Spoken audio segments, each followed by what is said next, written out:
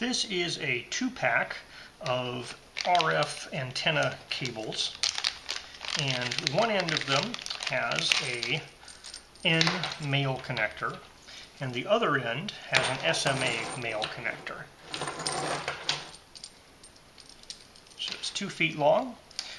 There's a little bit of kind of heat shrink that's acting sort of like stress relief. GEMEK is the brand name here. So connectors look good, connections look good. Testing out the N male connector here. Fit on there very well. Now I unfortunately don't have a N female to SMA male connector, so I can't check and verify the cable itself. The cable looks very much like a standard RG316 coax. I expect it will have the standard insertion loss for 2 feet of that cable.